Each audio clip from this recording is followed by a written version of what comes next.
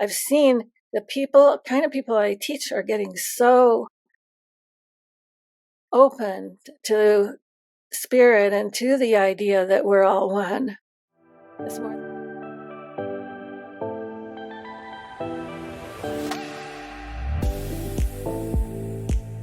Hey everyone, I'm Sonja and this is Holiness Connection, and today I am so excited to be speaking with EllenWinner, who is a shamanic practitioner and a faculty member at the Foundation for Shamanic Studies. Welcome, Ellen. Thank you. Thanks for having me here.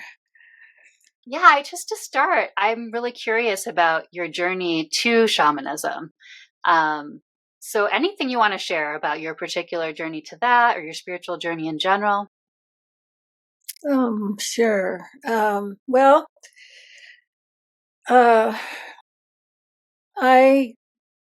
My grandmother, who I lived with when I was really little, was quite a devout Christian. And, but by the time I was 4 years old and my dad had told me that there was no Easter bunny, I decided that God was probably just a big Easter bunny for grown-ups. And, but at the same time, I was really, really afraid of dying. I was really hung up on it. And, I would draw pictures of skulls and gravestones and stuff. And that persisted until I was in my teens. And one day I was sitting in my bathtub. I was 14 years old. And I looked down at my arms, and there was little hairs sticking up and from my arms with little tiny bubbles on them. And I was thinking to myself, oh, these arms that I love so much, someday they're going to be under the ground, rotting away. And then it was like something just came out of the sky, just one word, and it was consciousness. And I knew immediately what it meant. It meant that consciousness is primary. It's the main thing. It's the cause of everything else. And I realized that if that's true, then there is no death because we're all part of this consciousness. But that was a long time ago. Both my parents were scientists, and there was nobody I could talk to about it. I mean, they would just think I was crazy. And so I just tucked it into the back of my mind until the 60s, when people were starting to take LSD and getting their minds open. And I did it a few times and got my mind opened, and it was a confirmation for me that, oh, yeah, we're all one. And, but it's not the kind of thing that you can live in all the time, just being in a state of ecstasy, like on a drug trip. But I really wanted to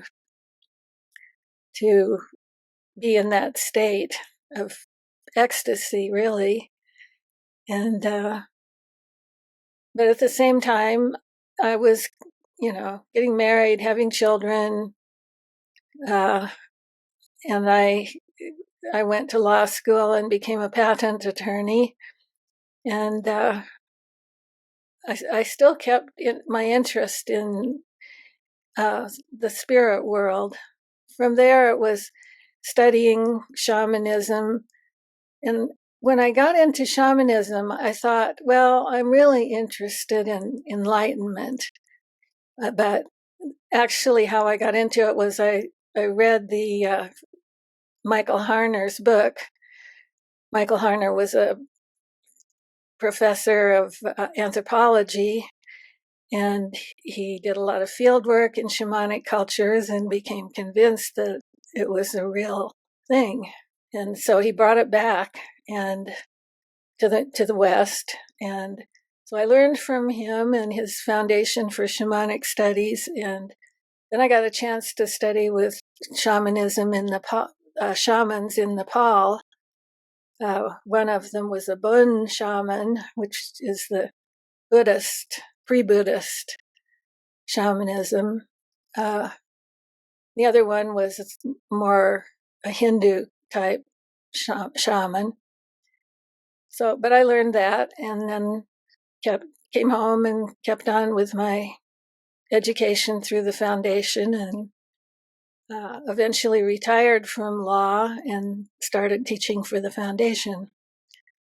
Wow. So it's interesting because in a way, it sounds like in a way you sort of stumbled upon it in that first sort of decision making, and then you've gone so far with it. So I'm curious just to hear anything more about like what it's meant to you or what you've seen it mean to other people that you've worked with or taught. Yeah, it's really life-changing for a lot of people, especially in these days when, the church is not so important anymore, and people are spiritual, they say, not religious, but there's no consensus really about what's real and what's not. When people have their first experiences with compassionate helping spirits, which is what we teach, it's really important for them because they haven't had, a lot of times they haven't had any pathway to spirituality, or the idea of how it could possibly be that we're part of a greater whole. Mm.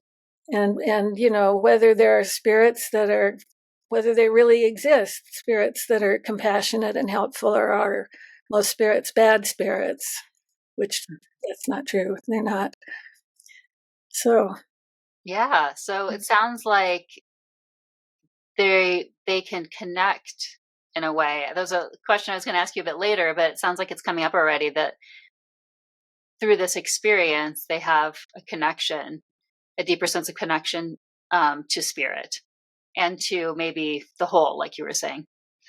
right. I mean, the materialist culture that's the predominant culture for us is pretty bleak, really. It can be pretty hard to go forward in that, and to discover that there is a world in which magic is still possible. Yeah. Everything is alive. Everything has a spirit. Yeah. It's very uplifting just when you were saying that, even like everything's alive and I can sense that vibrancy. Yeah. Um, yeah. So I'm curious too. Um, because I know you have other aspects of your spiritual journey. I know, for example, we share centering prayer in common, having experienced that and done that as a practice. And you also mentioned that sometimes this is people's first experience, like or being able to have an experience with spirit with through shamanism. But you can also, it sounds like, have other paths as well. And I'm curious, yeah, anything more about any of your other paths that you've taken as well? Oh, goodness. And maybe just a brief snippet, because I know you've done a lot. Yeah.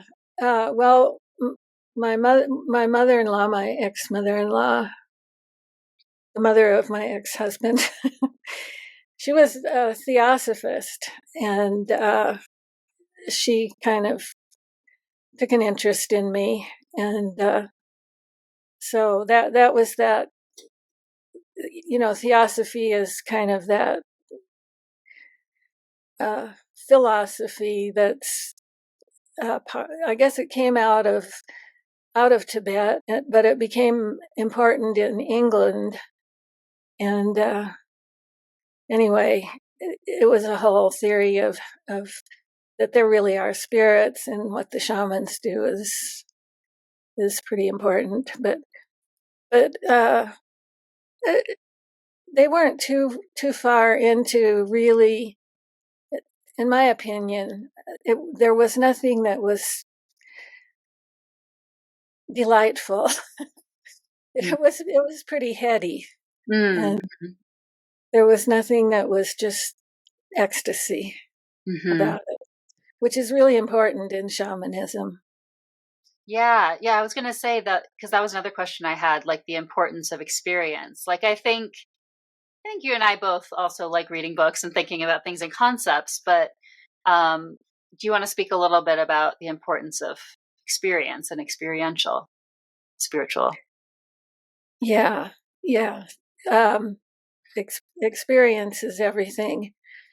Um, Once you've had an experience, it's not a matter of belief anymore. It's a matter of, you've experienced it, and you know that there are helping spirits, and there are spirits that can help you and protect you and give you good advice. Uh,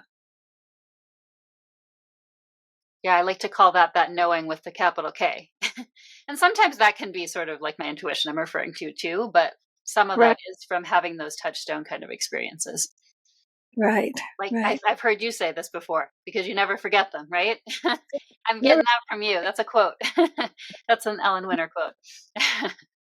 yeah, and a lot of people have had peak experiences like that, where everything is okay, especially out in nature sometimes. It just feels like uh, everything's just as it should be. Don't have to worry. Yeah, it reminds me of Julia of Norwich. And I always misquote it a little bit, but the all is well and all will be well and everything all is well. I can't quite remember, but it's like three different Right, iterations of all is well repeating. right. Yeah, and Mhm. it's true. It's true. Yeah, I remember when I was first starting to practice shamanism, I wanted to tell people that. I wanted to say, everything's okay. Don't worry about it. And or even people in my family who were upset. Everything's okay. And I realized that, yeah, it really was okay. You know, I'm not lying to them. It's okay. Yeah. Well, and it's interesting because this is reminding me, I just did a video recently on spiritual bypass, but that's not what we're talking about, right? Like there's this way in which things can need to be addressed.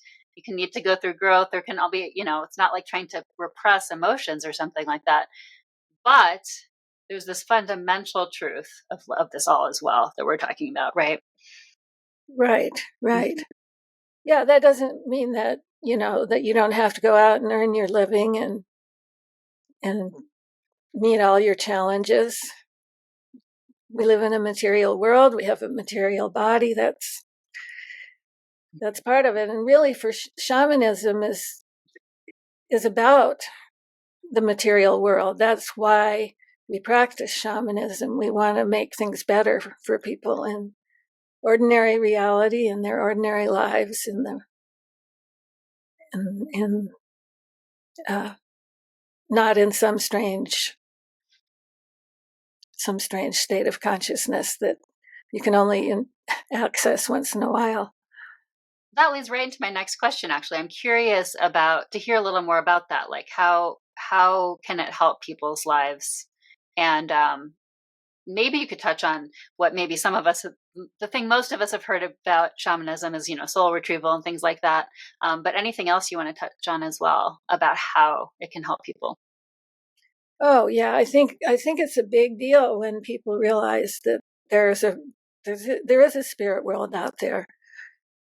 At least part of what maybe they were religious as a child or something, and at least part of some of that is true.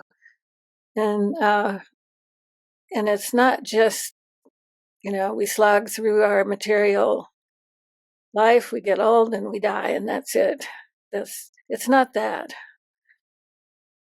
We may change quite a bit in Peru, in the Amazon basin there.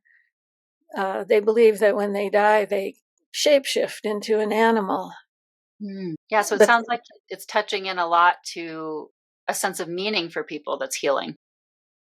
yeah, it's a sense of meaning. Uh, I don't think that if you're honest, that you ever really uh, are satisfied with the picture of the world that you've prepared in your mind.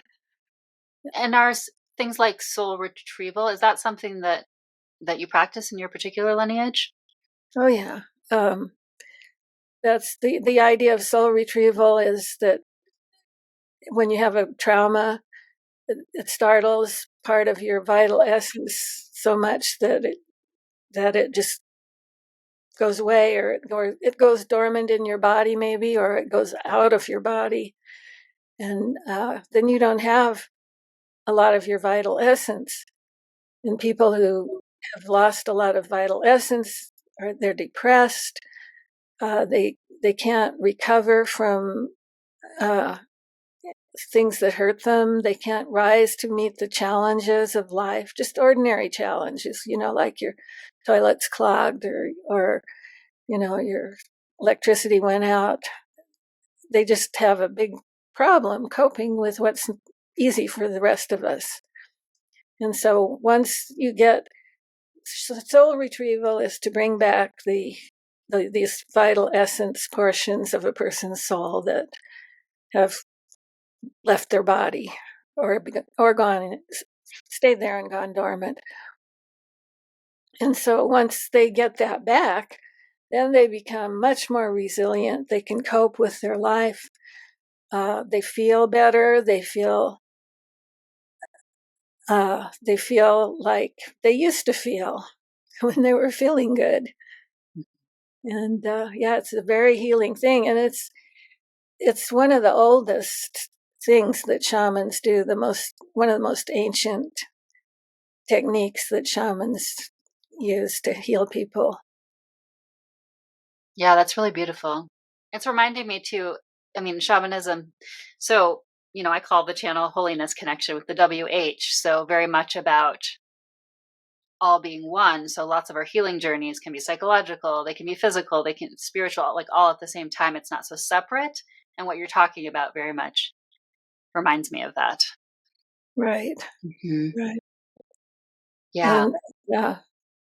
And vital essence, it's an energy. So it's we're all just energy beings anyway. That's what Einstein told us. And there's particles in the universe of matter, and there's waves, and we're all capable of being waves, and we are waves, and we emit waves, and we are receiving waves all the time. So Yeah. what was the question? Yeah, no, that was beautiful. I think that was a good place to go. It's reminding me of like heart math, and really starting to study some of these things now, actually, like in science, some of the modern physics, of course, but also things like the Heart Math Institute, where they're studying more of the fields, I guess we meant in that particular case. Yeah. Yeah. I'm curious about the phrase of the shaman as the one who knows. Tell me a little more about what that means.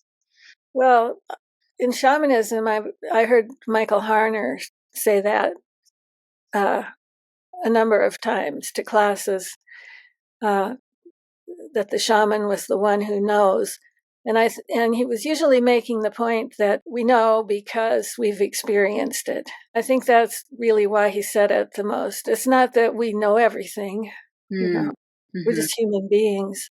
Yeah, that makes a lot of sense. Kind of circling back to what we were talking about at the beginning with the experiencing. But we have access to information because we can journey to our helping spirits and ask them for information. I'm curious too. So I know you do some one-on-one work. There's also some group sessions that you do. I'm curious about like group sessions, maybe in particular. How does that sort of connect the group when everyone goes deep together like that? I think so. I think it happens in my workshops a lot. The students get to know each other, and a lot of synchronicities happen when they're journeying together. Oh, that's cool. Yeah. Yeah, and and that then they really know. Yeah, how strange it is. We both saw the same thing in our journeys, and then they feel like, yeah, there's really something here. Yeah, and the overall sense of oneness, I guess, too, that you mentioned before is part of that. Yeah, more and more. That's what I love teaching. I've only been teaching since about 2010, but I've seen the kind of people I teach are getting so open to spirit and to the idea that we're all one. It's more than an idea, of course, but That's they're interesting. open to Yeah, it. that's interesting. So do you feel like you've seen a shift? Oh, definitely. Mm-hmm. I Okay. mean, 10 years ago, people didn't even know what a shaman was. Mm-hmm. And now a lot of people know, and a lot of people know that something amazing happens when there are groups of people working together. That's beautiful. Yeah, I'm very interested in that, the oneness and the sort of deep connection. So it's interesting to hear your perspective on that. That perhaps over time some things are shifting around that.